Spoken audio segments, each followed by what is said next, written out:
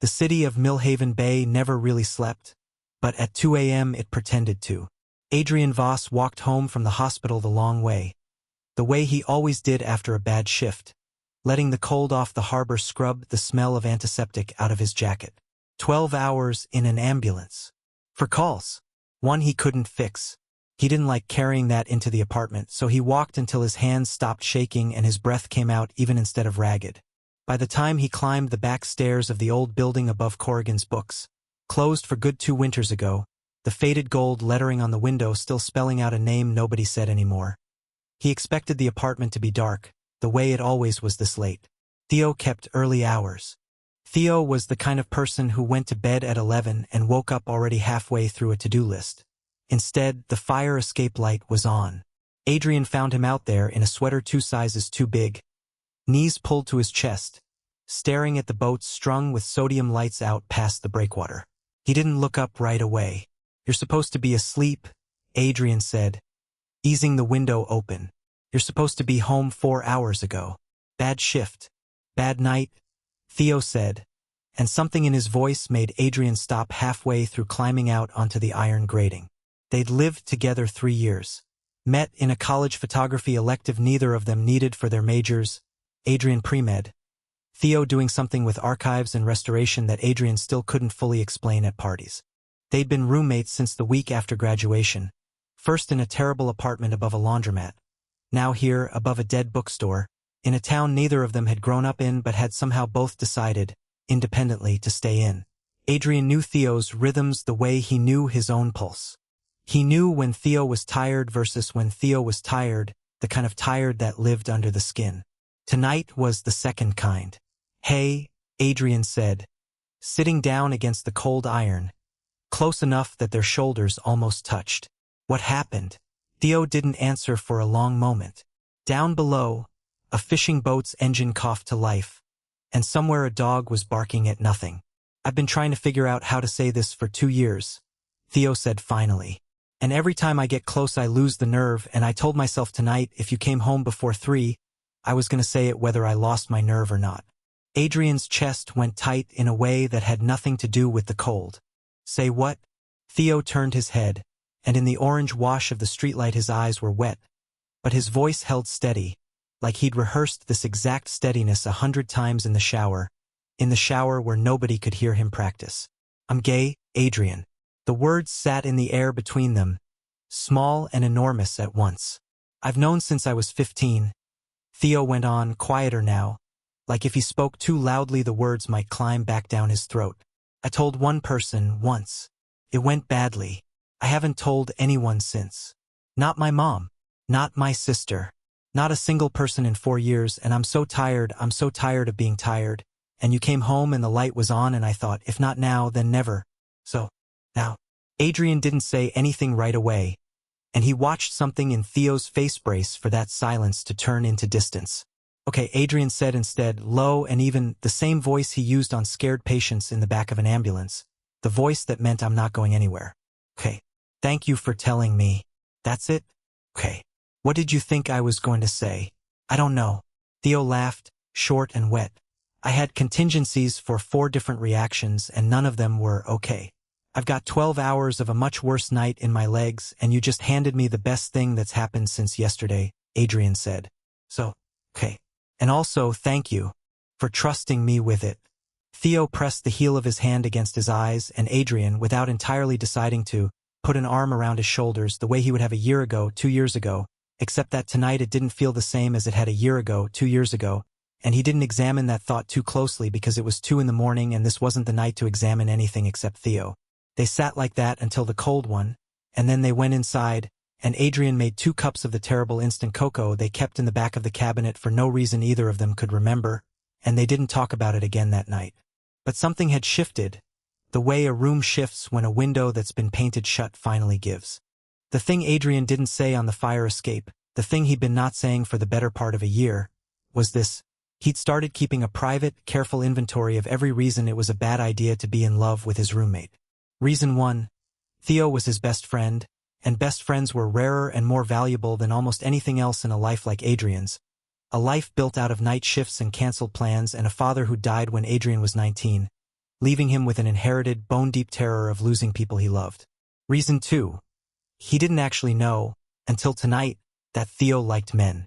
He'd wondered.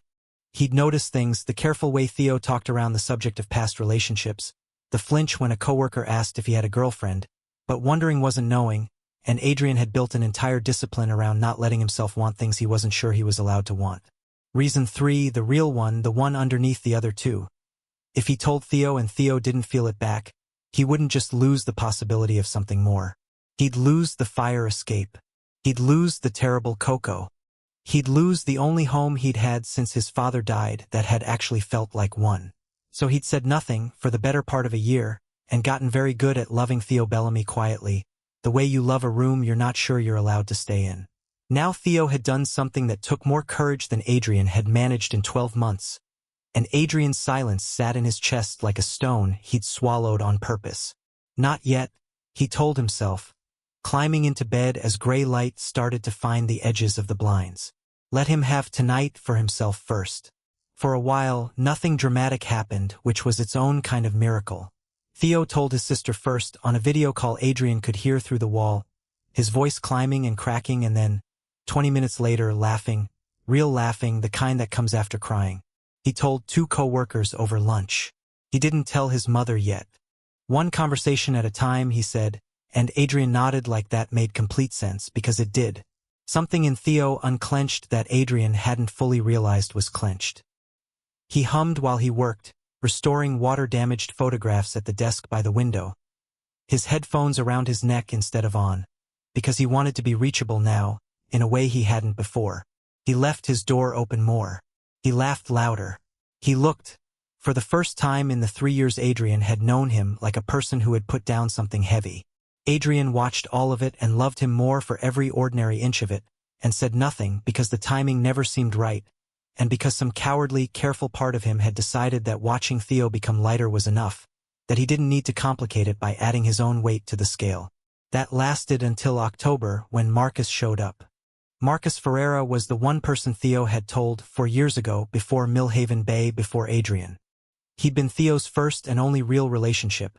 3 months, back in the city, ending when Marcus, drunk and angry after a fight neither of them could later fully reconstruct, outed Theo to his own study group in a crowded dining hall.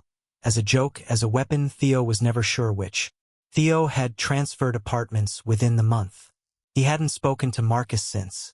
He showed up at the restoration studio where Theo worked on a gray Tuesday, apparently in town for a conference, apparently having looked Theo up out of what he called, over coffee. Theo agreed to out of sheer shock, wanting to make things right.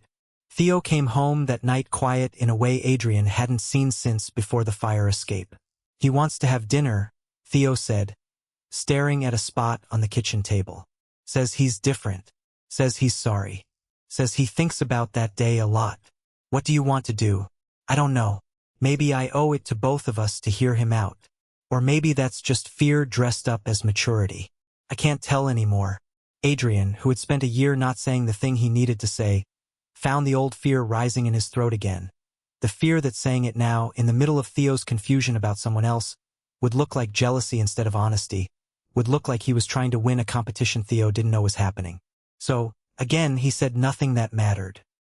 He said, "You'll know what's right when you're sitting across from him," which was true, and also a door quietly closing on his own chance to speak. One more night. Theo had dinner with Marcus on a Friday.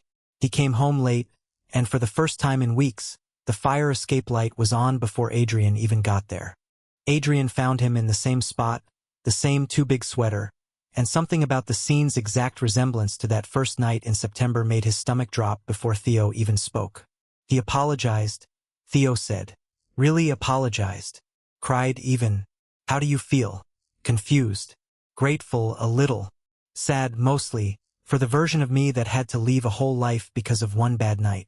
He looked up, and angry at myself because some old, stupid part of me wanted to say yes when he asked if I'd want to try again, and I don't even like him anymore. I liked being wanted where it was safe to want back. Does that make sense?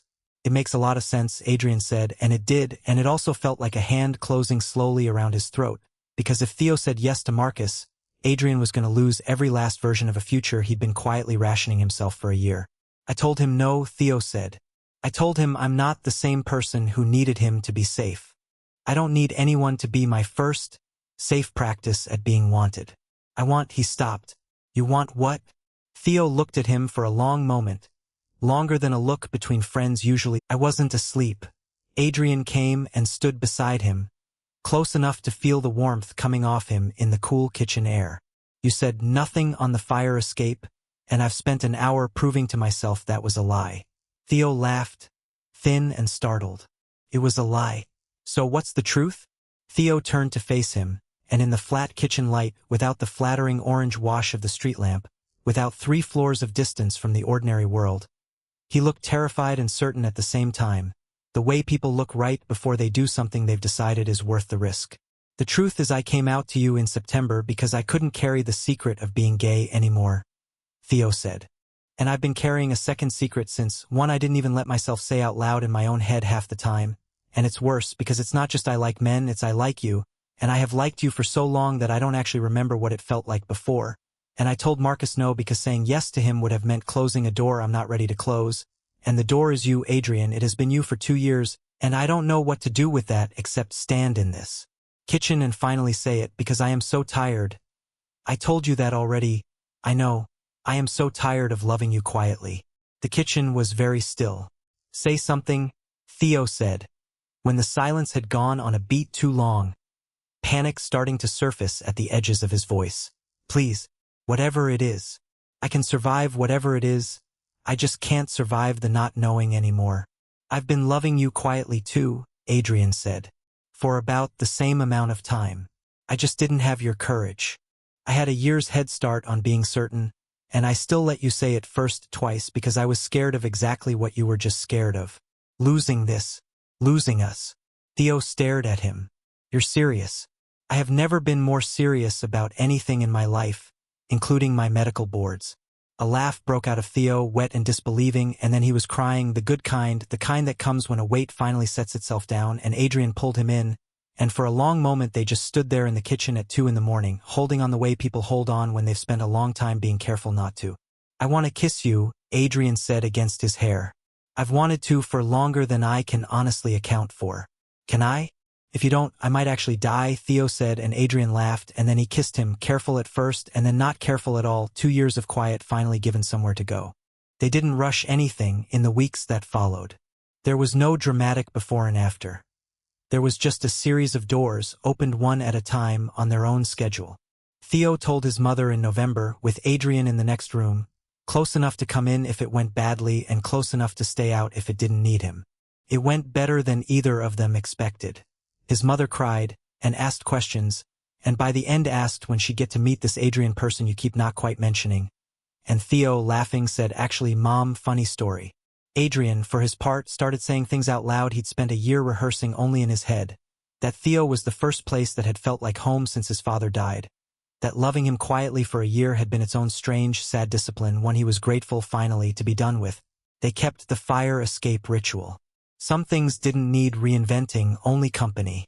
On the anniversary of that first September night, they sat out there again in the same 2 big sweaters, watching the same sodium-lit boats, and Theo said, I used to sit out here alone and think about how much I wanted to belong somewhere without having to hide to do it. And now I think I already did belong somewhere. I just didn't know the belonging had a name yet. Below them, the harbor went on not sleeping, the way it always pretended to, and above them the bookstore's faded gold letters caught the last of the streetlight, and neither of them needed the light to be on for the other to know exactly where to find them.